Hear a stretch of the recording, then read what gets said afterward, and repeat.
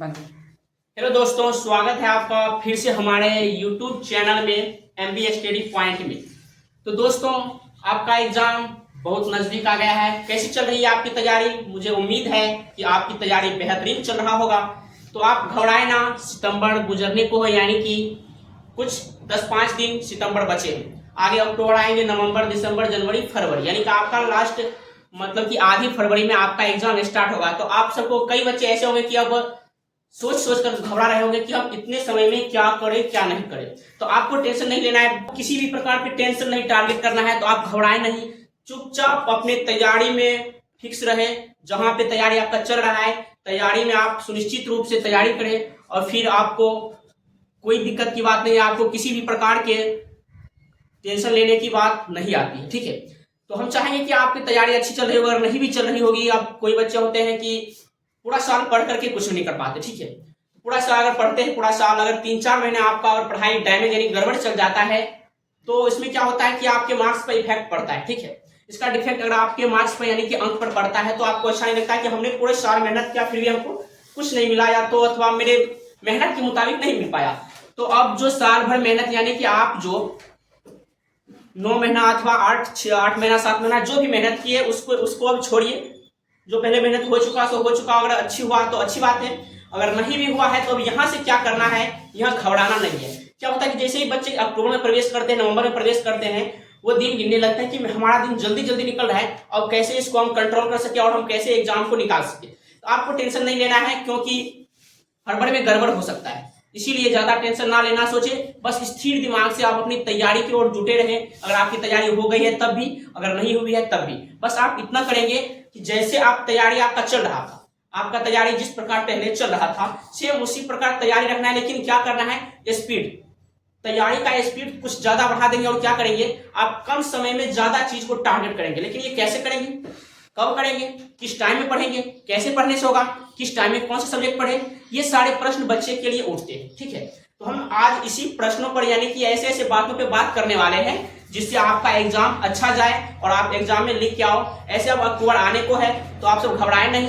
बस इस वीडियो को पूरा देख लीजिएगा। आपको सारे के सारे बात मिल जाएगा कि आप एग्जाम की तैयारी यानी अक्टूबर से कैसे करें, ताकि आप फेल होने से बचे, यानी कि आप किसी भी प्रकार पास हो जाए, चाहे वो फर्स्ट डिवीजन हो अथवा फर्स्ट डिवीजन से आगे परसेंटेज में पास हो, वो आप पे निर्भर करता है। ठीक है, तो आप 3-4 गलतियां ना करें ताकि आपका एग्जाम में कोई भी बाधा आए तो ये गलतियां से बच के रहे। आप 3 या 4 महीने में भी एग्जाम को अच्छे से टारगेट कर सकते हैं, लेकिन करने वाले हो तब। बस आपको मेरे बताए गए बातों का पालन करना है, यानी कि मेरे द्वारा जो बात बताया जाएगा अभी उस पर थोड़ा आपको फोकस करना है। तो मुझे उम्मीद है कि आपका मार्क्स और आपका अंक कुछ देखने लायक आ सके। ठीक है, क्योंकि अब अक्टूबर बीत गया है, ऐसे तो लोग साल भर में पढ़ने के बाद भी कुछ नहीं कर पाते। लेकिन अगर आप सही से चलोगे तो आप कुछ ही दिनों में अच्छे अंक ला सकोगे, ताकि आपका मार्क्स देखने योग्य हो सके। तो चलो हम चलते हैं। आप जो कुछ भी पढ़ा हम उसको छोड़ करके अब यहाँ से क्या पढ़ना है उसको देखते हैं। आप सबसे पहले क्या करेंगे, जितना भी सब्जेक्ट आपका खत्म हुआ है, आपका जितना भी सब्जेक्ट खत्म हुआ है, उसको पूरी तरह से अच्छी प्रकार से उसकी तैयारी कैसे करनी है। तो आप देखिए, सबसे पहले आपका जो नोट्स मिलता है, आपके जो कोचिंग का क्लास का जो नोट मिलता है, आप वो नोट्स को पढ़िए। और पढ़ाई का जो मेन होता है, रूल होता है, पढ़ाई का जो पहला रूल होता है, रूल 1 जो होता है पढ़ाई का, इसका मतलब है कि आप दिन प्रतिदिन यानी एवरीडे, ठीक है, एवरीडे आप एवरीडे पढ़ाई करो, यानी कि किसी भी दिन छूटना नहीं चाहिए। तैयारी का मतलब तैयारी। अगर आपको पढ़ने में मन नहीं लग रहा है, आपकी तैयारी सही से नहीं चल रहा है, आप एक दिन पढ़ते 2 दिन सो लेते हैं, ऐसे में तैयारी नहीं होता। आप कुछ पढ़िए। आप ये मत देखिए कि हमको है ना 6 घंटा पढ़ना है। ठीक है, आपको 6 घंटा पढ़ना है, ये मत देखिए मुझे 6 घंटा पढ़ना है। आपको बस ये देखना है कि हमको क्या पढ़ना है। आप ये मत देखिए कि हमको कितना पढ़ना है, ये मत छोड़, ठीक है, इसको छोड़ दीजिएगा। कितना पढ़ना है, ठीक है, कितना पढ़ना है, चाहे 6 घंटा हो, कुछ भी है, कितना पढ़ना है, इसको है ना आप छोड़ दीजिए। आप ये देखिए कि क्या पढ़ना है। ठीक है, क्या पढ़ना है, ठीक है, आप इसको टारगेट कीजिए। कितना पढ़ना है इसको छोड़ दीजिए। ठीक है, कितना पढ़ना को हमको नहीं देखना है कि कितना पढ़ना है भैया, 10 घंटा पढ़ना है, 20 घंटा पढ़ना है, कि पूरा सब्जेक्ट एक ही बार 1 घंटा में नोट ले सके, इसको हमको नहीं देखना है। बस हमको ये देखना है कि आज क्या पढ़ना है और अभी के टाइम में क्या पढ़ना है। सबसे पहले जब आप पढ़ने बैठते हो, जब आप कॉपी या किताब के सामने बैठते हो, खोलते हो, तो आप एक शांति माहौल में ऐसे पढ़िए जहां आपका माइंड शांति रहे, यानी दिमाग शांति संतुलन में रहे, और आपका जो मेन माइंड का फोकस हो वो ओनली डायरेक्टली बुक पढ़ो। आप जिस कॉपी को पढ़ रहे हैं, जिस किताब को पढ़ रहे हैं, उसके सामने अगर आप सही से उसको ख्याल करके आप उसके सामने झुक जाते हैं, तो ये गारंटी है दोस्तों कि वो आपके सामने पूरा दुनिया को झुका देगी।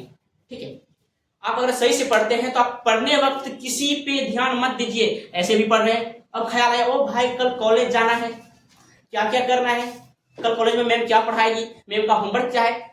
ये पढ़ने वक्त आप जो चीज पे फोकस कर रहे हैं, आप जिस चीज का बुक निकाले हैं, किताब निकाले हैं, जिस चीज को पढ़ने के लिए आप सामने खोल के बैठे हैं, केवल आपका ध्यान वहां होना चाहिए कि हम जो पढ़ रहे हैं। ऐसा नहीं, पढ़ने का बहुत कोई पढ़ता है, कभी क्या होता है कोई पढ़ता है अब मुंह से बकर बकर जैसे अखबार पढ़ते हैं ना, अखबार पढ़ डाले, लेकिन दिमाग उसका कहाँ था, स्कूल में, कॉलेज में, कोचिंग में, किसी यार दोस्त पर, यार पार्टी होने वाला कल, हम मेरा जैसे कि मेरा नजर है या किताब, ठीक है, आपका नजर किताब पे, ओनली बुक पे है, आप बुक मुंह से पढ़ रहे हैं, लेकिन आपका माइंड क्या है, आप दोस्त के पार्टी के बारे में सोच रहे हैं, किसी बर्थडे पार्टी में जाएंगे या किसी भी सेलिब्रेशन में आप जा रहे हैं। लेकिन अगर आप ऐसा सोच करके पढ़ेंगे और पढ़ने वक्त काफी मतलब कि बाहरी बातों को दिमाग में रखेंगे, तो आपकी तैयारी ऐसे में सही से नहीं हो सकेगा। ठीक है, तो हम चाहेंगे कि आप पढ़ने वक्त आप जो पढ़ रहे हैं केवल उस पर फोकस कीजिए कि किताब हमको क्या कह रहा है, अथवा ये कॉपी का जो नोट्स लिखा हुआ है इसके माध्यम से हम क्या समझ रहे हैं, या अथवा ये किताब हमको क्या कहना चाह रहा है, बस वो देखिए। आपको कभी रटना नहीं है, ठीक है, रटना नहीं है, क्योंकि रटे हुए कॉन्सेप्ट भूल सकते हो, लेकिन जो समझ जाएंगे तो वो जीवन भर नहीं भूलेंगे। इसीलिए हम चाहेंगे कि आपकी तैयारी बेस्ट हो। ठीक है, अच्छे प्रकार से तैयारी करें ताकि आपके परिवार आपके मार्क्स देख के नाराज ना हो, और नाराज होगी तो क्या, ऐसे असफलता और सफलता का कई रास्ता है, लेकिन याद रखना मेहनत करने वाले पर सफलता फिदा होती है।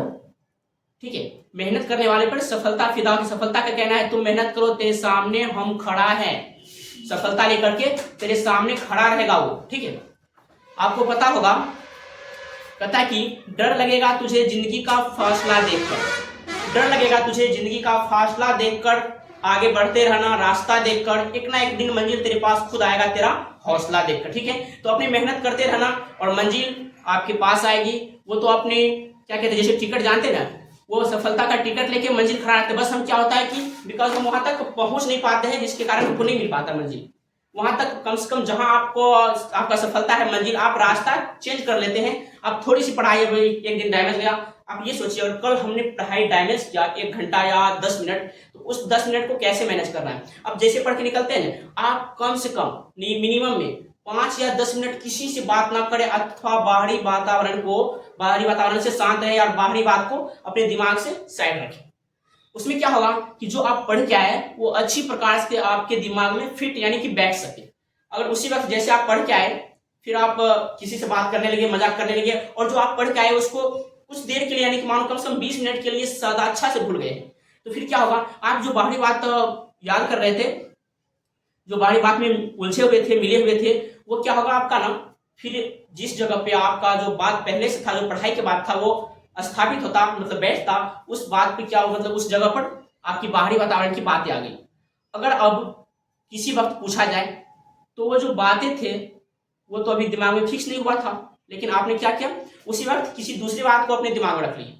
तो इसमें क्या होता है कि आप जो पढ़े थे वो कुछ देर ही याद रख सकते हैं, लेकिन अब क्या होता है, अगर आप पढ़े उसको आज थोड़ा देख लिए, कल देख लिए, परसों, यानी कि अगर लगातार थोड़ा थोड़ा, आज हम मानो हम जिस चीज की पढ़ाई आज हमने 1 घंटा किया, कल उसको क्या करेंगे, आधा घंटा में पूरी अच्छी प्रकार से देख लेना है, परसों क्या करेंगे 15 मिनट में देख लेना है, तरसों क्या करना है 10 मिनट में पूरे को देख लेना है, और इसी प्रकार लगातार कम से कम 15 दिन 10 मिनट 2 मिनट, और उसके बाद ऐसा आप आगे, ऐसा नहीं कि रोज रोज एक ही बात को पढ़ना चाहिए। आज हमने जो चीज को पढ़ा उसको मात्र 5 मिनट देखेंगे, फिर अगला चापेंगे, फिर जो हमने पढ़ा कल से आज तक में जो पढ़ा नेक्स्ट क्लास में यानी नेक्स्ट जो पढ़ाई के लिए बैठेंगे फिर आगे बढ़ेंगे।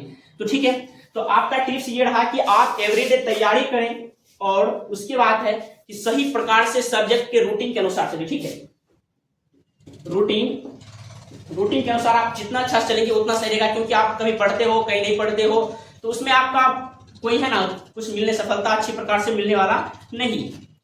तो आप ये करेंगे कि जो भी पढ़ते हैं रोज का रोज पढ़िए, किसी भी दिन ऐसा मत सोचिए कि आज संडे है, जैसे कई बच्चे होते हैं ना संडे समझते हैं, संडे देखो संडे होता है, किसी भी कोई भी काम हो रहा है वहाँ छुट्टी मिलता है।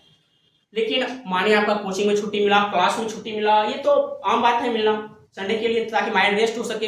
लेकिन अगर आपकी पढ़ाई कमजोर चल रही है, अगर आपको संडे का फुल टाइम मिल रहा है, तो आप क्या कीजिए, वो फुल टाइम अथवा उसमें से कुछ हिस्सा, टाइम का कुछ भी हिस्सा अपने पढ़ाई पे दे दीजिए। किस पे? जिसको आप पहले से छोड़ चुके हैं, जो कि आपका पहला छूट चुका है, उस पर ध्यान दीजिए। तो यह इस प्रकार आप रोज तैयारी कीजिए। आप संडे को संडे नहीं देखिए, क्योंकि तैयारी अब कुछ ही महीने में आपको करवाना है, मतलब करना है, तो आपको एग्जाम को देखना है। तो एग्जाम को टारगेट करेंगे तो फिर आप संडे को नहीं देखना पड़ेगा, या तो आपको एग्जाम को देखना होगा तो संडे का देखते भी तो कोई बात नहीं, फिर भी आपकी तैयारी रेगुलेशन होनी चाहिए। उसके बाद कम से कम आप ये टेस्ट है ना, बहुत अच्छा भूमिका निभाता है एग्जाम को पास करने में। ये जो हमारा टेस्ट होता है, ये बहुत अच्छा भूमिका।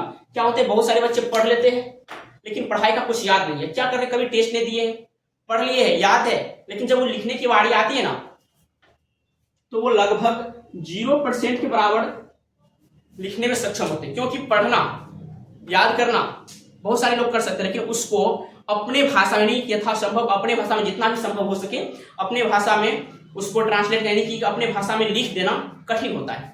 तो आप क्या कीजिए, कम से कम अगर हमारे रूटीन के अनुसार चलेंगे तो आप जितना भी पढ़ाई किए, जिस संडे को आप हॉलीडे मनाते हैं, रेस्टेड माइंड रहते हैं, उस संडे को कुछ ना कुछ टाइम निकालकर उसका टेस्ट दे दें। एग्जाम में टेस्ट आपकी सबसे बड़ी भूमिका है। और प्रीवियस ईयर्स आप क्वेश्चंस देख लीजिए, आज से 2 साल पहले, 3 साल पहले, 4 साल पहले, लगभग 5 साल, आप कम से कम 9 साल, या मानिए ना, चलिए आप 5 साल या 6 साल पहले जो क्वेश्चन पूछा जा रहा था, आप उसको टारगेट कर लीजिए, वो सारे क्वेश्चन को बना डालिए। उसमें क्या होता है कि आप ये बिहार बोर्ड क्वेश्चन कहाँ से पूछेगा, किताब से पूछेगा। आप पहले एनसीईआरटी क्लियर रखिए। आप बोलेंगे कि सर इतना भैया इतना बोल्ड है, लेकिन इतना क्लियर करना आसान नहीं है। आसान है, लेकिन आप सब करोगे तब। आपको क्या करना है, अगर कुछ नहीं दिख रहा है तो आप क्या कीजिए, कम से कम कम से कम सप्ताह में 3 दिन टेस्ट अपने से दीजिए, खुद से। कोचिंग में जो पढ़ाई हो रहा है, क्लास में जो हो रहा है, उसको पढ़ाई की जगह अपना टाइम निकाल करके कम से कम एक सप्ताह में 3 दिन टेस्ट दीजिए।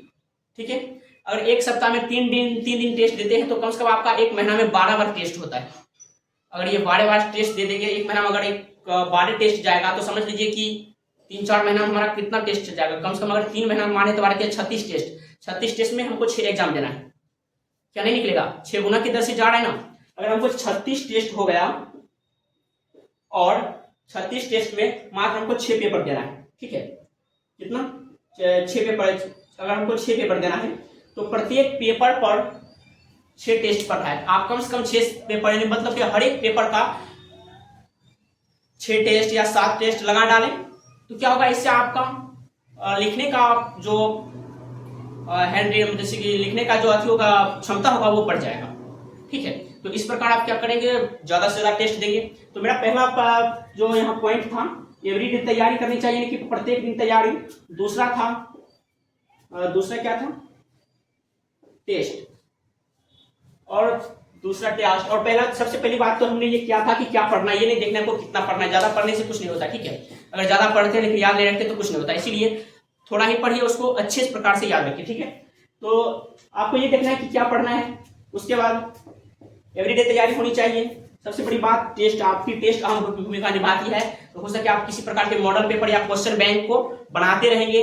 कम से कम एक सप्ते में कम से कम मिनिमम अगर कहे तो 3 क्वेश्चन बैंक तैयार कीजिए, यानी कि हर एक पेपर का 3, और 3 नहीं दे पाएंगे तो हर एक पेपर का 2-2 टेस्ट लगा डाले, यानी कि 2-2 सेट मार सके। अगर आप उसको सेट मारते ना, आपको लिखने का, टाइम मैनेज करने का कुछ क्षमता बन जाएगा, जिससे आप उसको सही प्रकार से टाइम मैनेज कर सकते हैं। तो इस प्रकार आपका जो कम समय में अगर एग्जाम पे टारगेट करना हो तो ये करो, और सबसे पहले आप सही समय पर पढ़ाई करो और सही समय पर उठो। और हम चाहेंगे कि अगर इसमें क्लियर ना हुआ हो तो फिर अगले वीडियो के लिए आप कमेंट करेंगे और हम आपके लिए जरूर लेके आएंगे, क्योंकि हम चाहते हैं कि कोई भी बच्चा ना गिरे, ठीक है। हम भी एक स्टूडेंट हैं। तो इसी प्रकार हम आज के लिए बस इतना ही, फिर चलते हैं। बस हम यही बोलेंगे, आप सब पास हो। जय हिंद, जय भारत।